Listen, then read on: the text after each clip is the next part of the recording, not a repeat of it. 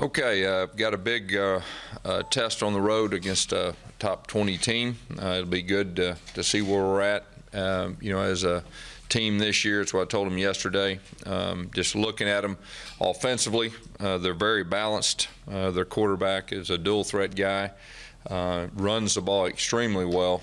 They do some very unique things in the play action game, which makes them unique. And really what stands out to me is they've only had one turnover this year, so they really do a great job of protecting the football. Defensively, they're good against the run.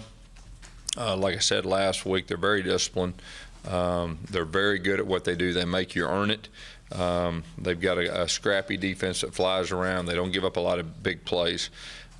So I think that's a big key. And then also they're one of the best teams in college football in time of possession. And I think controlling the tempo will be a big factor in the game. Questions?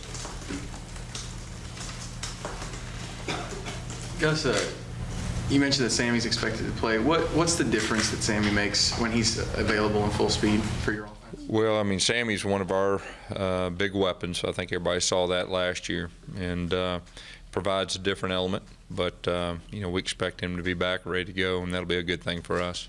Is it just his speed that makes the difference as a deep threat, or? Well, I mean that obviously helps, but he's really improved his all-around receiving skills, his intermediate routes, like we talked about before. He's an extremely good blocker. Of course, he's a big, strong guy too, and he can block a lot of different guys.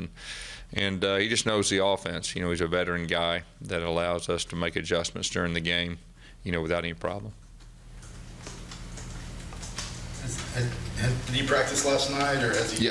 Yes, he's practicing. Like I said, we feel good about him, ready to go.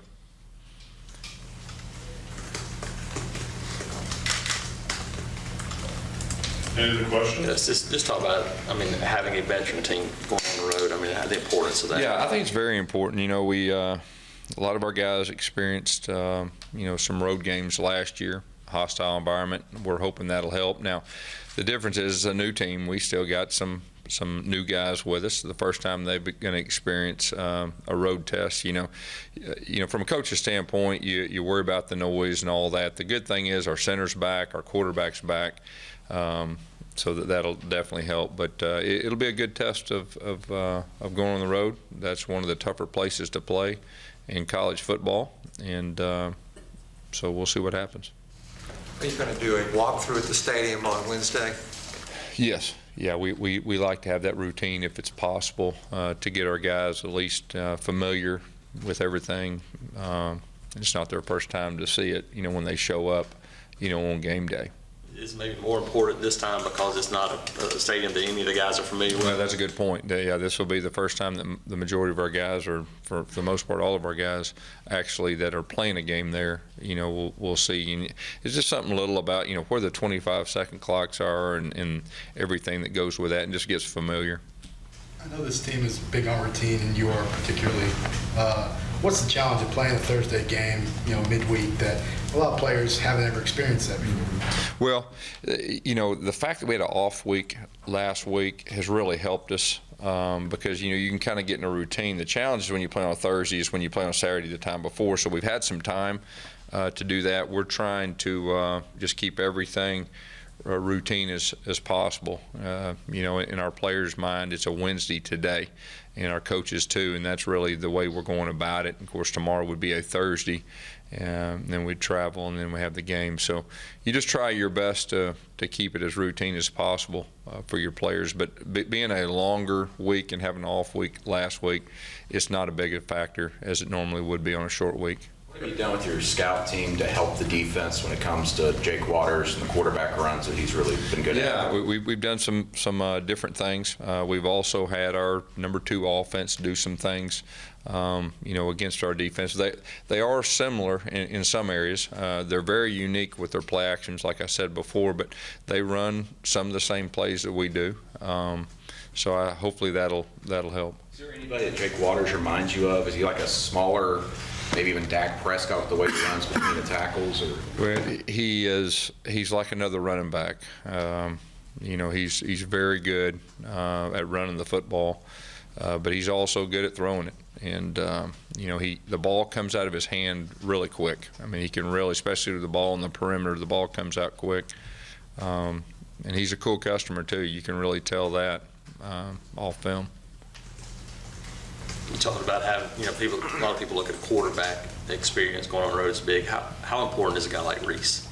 Oh, it's very important. You know, your center with the noise and still being able to make calls and do the things he does. And, you know, we still want to play fast, and on the road that's a little bit bigger challenge, you know, because you've got the noise and everything that goes with that. So, you know, when you've got a center that, you know, has been through the ringer as far as the road games and all that, you know, that definitely helps. How important are the two starting linebackers are going to be against a quarterback like Waters? Yeah, you know, we got our two guys back. You know, they've played well the first two games, and we're going to have to play well again because they're so well at running the football. You know, and not just quarterback runs, but their regular runs too. So that'll be a big factor in stopping the run. Gus, talking to some of Nick's coaches, they say that you were the very first coach to come in and offer him when you were way back at Arkansas State before he even took a snap as a quarterback at Garden City. What did you see in him at that point that early? Well, you know, you knew he was a very, very good quarterback in high school. I mean, that was one thing, and the fact that, you know, he fits in kind of what we look for in a quarterback. So those were the two main factors. So you had no concerns there, having not seen him throw a ball well, in 2 years? Yeah, I think he broke records in high school and had a great arm, and a lot of people recruited him as a quarterback, and but he just happened to go to their in-state school. What's the advantage that comes with a top 20 matchup, not out of conference, for you guys? Well, it's a measuring stick, you know, to your program to go on the road against a top 20 team at their place, a hostile environment. It's a good measuring stick of where this team is, and like I said, it'll be a huge test. So we'll have to play well. We'll have to play well to win. Gus, after having the off week to evaluate the offense, how close are they through 2 games to where you were hoping they would be at this point? Well, I mean, our expectations are high. You know, we moved some linemen around from last year. This year, obviously, we had to replace Kozan and everything that goes with that. And you know, execution-wise, our goal is to get better each week. I mean, overall, I'm pleased with our first 2 games, but we got to get better.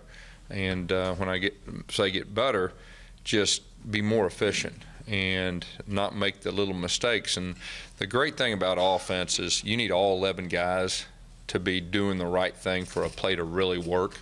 And so we still have areas that we need to clean up, to improve, and that's what'll be our mission the rest of the year, and it'll be very similar to last year.